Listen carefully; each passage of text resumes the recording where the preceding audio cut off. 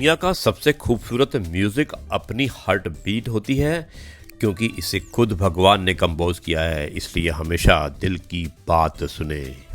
दोस्तों, समय और स्थिति कभी भी बदल सकती है, अतः कभी किसी का अपमान ना करें, ना ही किसी को तुच्छ या कमजोर समझें।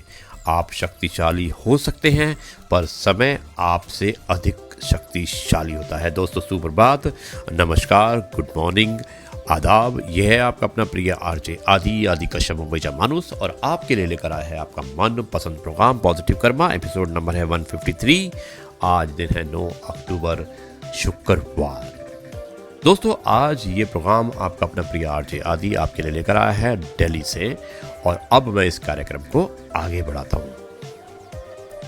अच्छे इंसान की सबसे बड़ी निशानी ये है कि वो उन लोगों की भी इज्जत करता है जिनसे कभी फायदे की उम्मीद नहीं होती है। यूं तो जिंदगी में आवाज देने वाले ढेरों मिल जाएंगे, लेकिन बैठिए वहीं जहां अपनेपन का एहसास होता है। दोस्तों, कोई भी व्यक्ति हमारा शत्रु या मित्र बनकर संसार में नहीं आता। हमारा व्यवहार और शब्द ही लोगों को मित्र या शत्रु बनाते हैं। इसलिए आप हमेशा अच्छे रहिए और लोग आपके साथ अच्छे ही रहेंगे। दोस्तों, ये है आपका अपना प्रिय आरजे आदि कश्यप मुंबई का मानुस, और आपके लिए लेकर आया है आपका मनपसंद प्रोग्राम पॉजिटिव कर्मा। अब हम मिलते हैं एक छोटे से ब्रेक के बाद।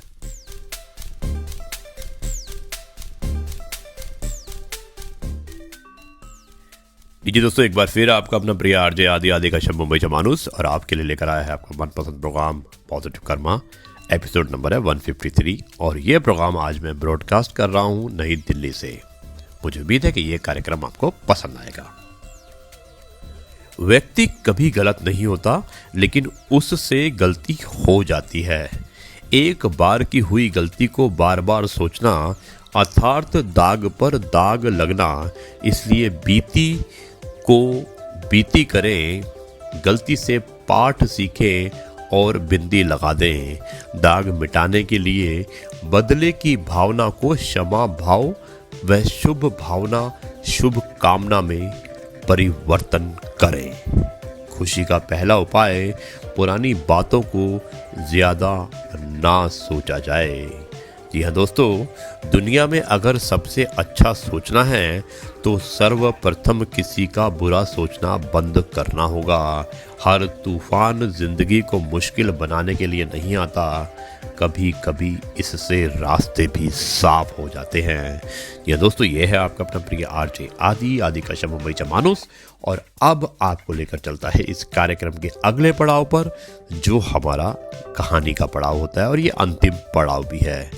आज मैं आपको सुनाने वाला हूँ एक कहानी जिसका शीर्षक है डरपोक पत्थर। तो जाइएगा मत, मैं मिलता हूँ आपको एक छोटे से ब्रेक के बाद।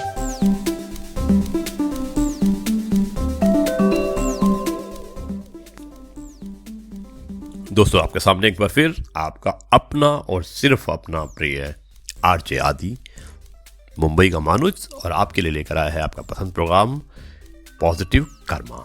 कहानी का शीर्षक है डरपोक पत्थर, और कहानी होती है इस प्रकार शुरू। बहुत पहले की बात है कि एक शिल्पकार मूर्ति बनाने के लिए जंगल में पत्थर ढूंढने गया। वहां उसको एक बहुत ही अच्छा पत्थर मिल गया, जिसको देखकर वो बहुत खुश हुआ और कहा, यह मूर्ति बनाने के लिए बहुत ही सही है। जब वो आ रहा था तो उसको एक और पत्थर मिला। उसने उस पत्थर को भी अपने साथ ले लिया, यानी कि अब उसके पास 2 पत्थर हो गए। घर जाकर उसने पत्थर को उठाकर अपने औजारों से उस पर कारीगरी करनी शुरू कर दी।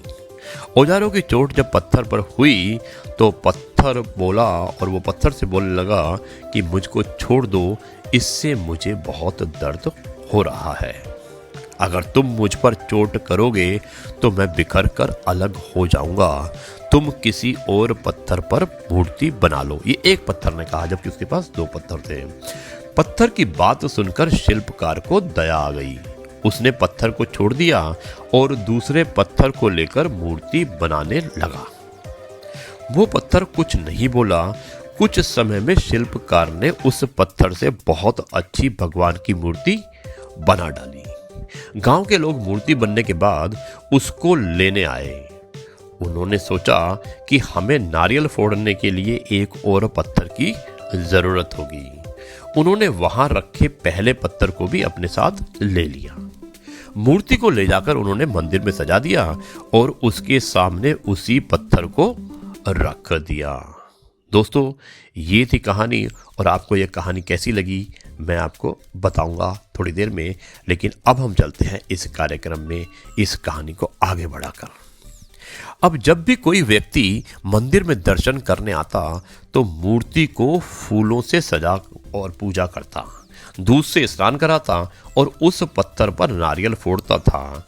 जब लोग उस पत्थर पर नारियल फोड़ते तो वो बहुत परेशान होता, यानी कि पहला पत्थर बहुत परेशान होता, उसको दर्द होता और वो चिल्लाता, लेकिन उसकी सुनने वाला कोई नहीं था।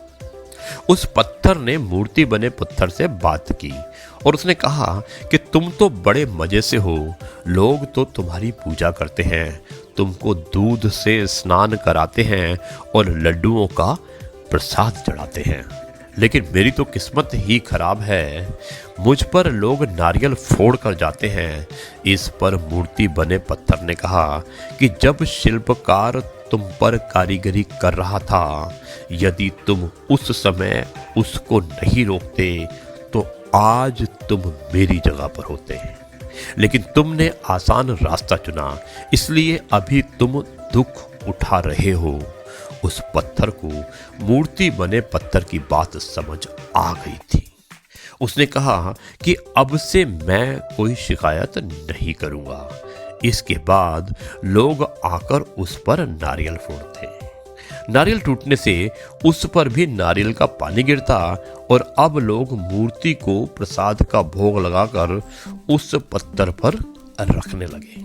तो दोस्तों, इस कहानी से हमें यह सीख मिलती है कि हमें कभी भी कठिन परिस्थितियों से घबराना नहीं चाहिए। यह है आपका अपना प्रिय आरजे आदि कश्यप मुंबईचा माणूस और आपके लिए लेकर आया है आपका मन पसंद program positive karma. Episode number था 153, दिन 9 अक्टूबर शुक्रवार, और मुझे उम्मीद है कि ये कहानी आपको पसंद आई होगी। अब मैं इस कार्यक्रम को यहीं पर समाप्त करता हूं और कल मैं फिर आपसे मुलाकात करूंगा एक नई कहानी, नए किस्से, नई बात, नई कविता और नई सोच के साथ। तब तक के लिए मैं आपसे कहता हूं अलविदा और गुड बाय, नमस्कार, जय हिंद, जय भारत और वंदे मातरम।